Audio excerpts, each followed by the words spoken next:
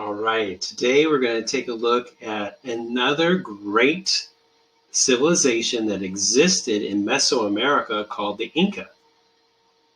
Now, the Inca civilization was constructed high in the altitude of the Andes Mountains, which is in present-day Peru. There are a lot of myths surrounding the Incas.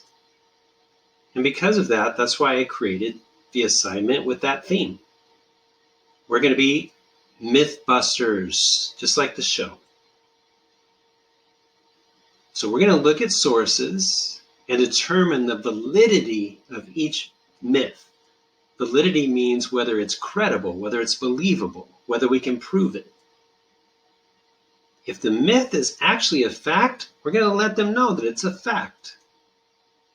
But if it's not, we are going to bust that fact and determine that it's a myth. The first order of business is to put our name. That's simple. So put your first and last name in there, and now you are officially a 7th grade Mythbuster. Congratulations. Let's take a look at slide 2. Now, slide 2 is extremely important because it contains our information, our documentation, and our evidence. I've put the background of my favorite place in the world, Machu Picchu. This is where the Incas created their amazing empire. Now, what's important for us is that source. So the button here contains a link to the different sources that we're going to use. So as you can see, once it comes up here, you will be taking a look at different information related to the Inca. Each one has a specific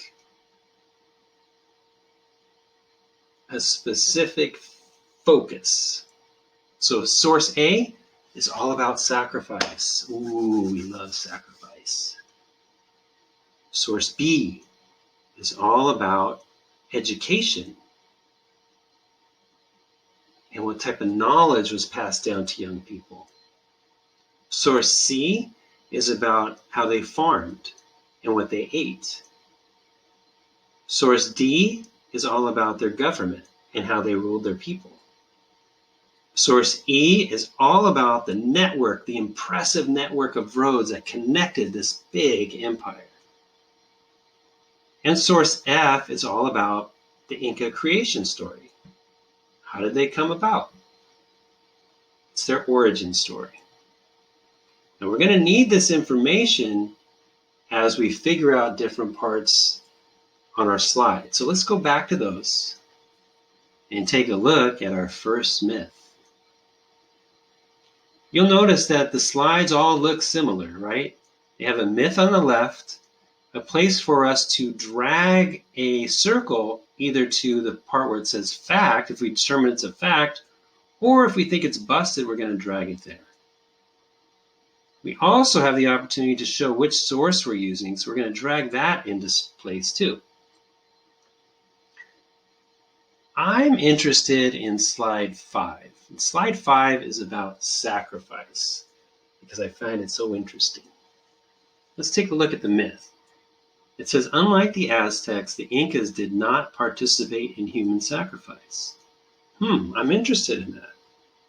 So I can't just take a guess. I'm going to go back to our source. So let's go back to the source here. And this one is about ceremony. So I bet it's about sacrifice. I'm going to scroll down here toward on the 3rd paragraph, where it says, when a Capacocha ceremony was to be held, Inca rulers sought out boys and girls between the ages of 4 and 16 who met the ideals of physical perfection.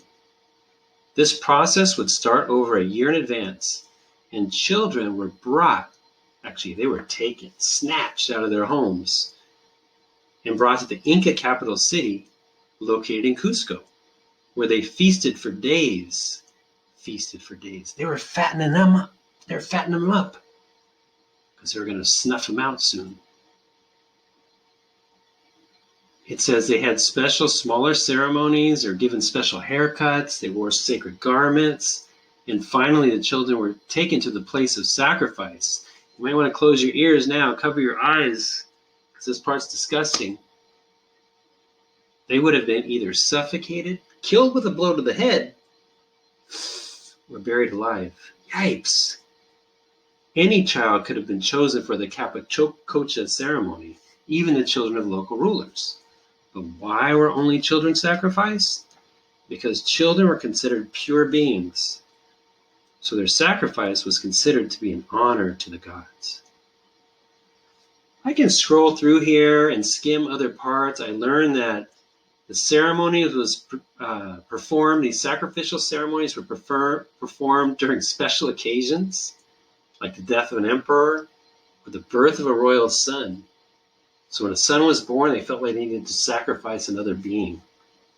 A great military victory, or even to prevent things like natural disasters like droughts, earthquakes, or volcanoes. Now I feel like I have enough information, right? I can determine whether it's a myth or a fact. I go back to my template.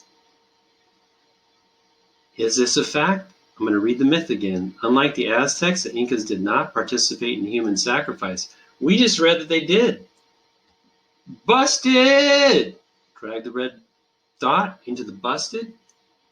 Drag the source that I used, which was source A. And then explain my decision a little bit. So I might say something like this. According to source A, the Incas sacrificed children to please their gods. I could go on to explain why and why they chose children, so that I'm writing enough, I'm elaborating enough. I'm trying to write 3 sentences every time to prove my decision. The proof comes from the source. Never forget that. Okay, hopefully you understand, and hopefully you find this information as interesting as I do about the Inca and the myths surrounding their amazing civilization. All right, have a great day.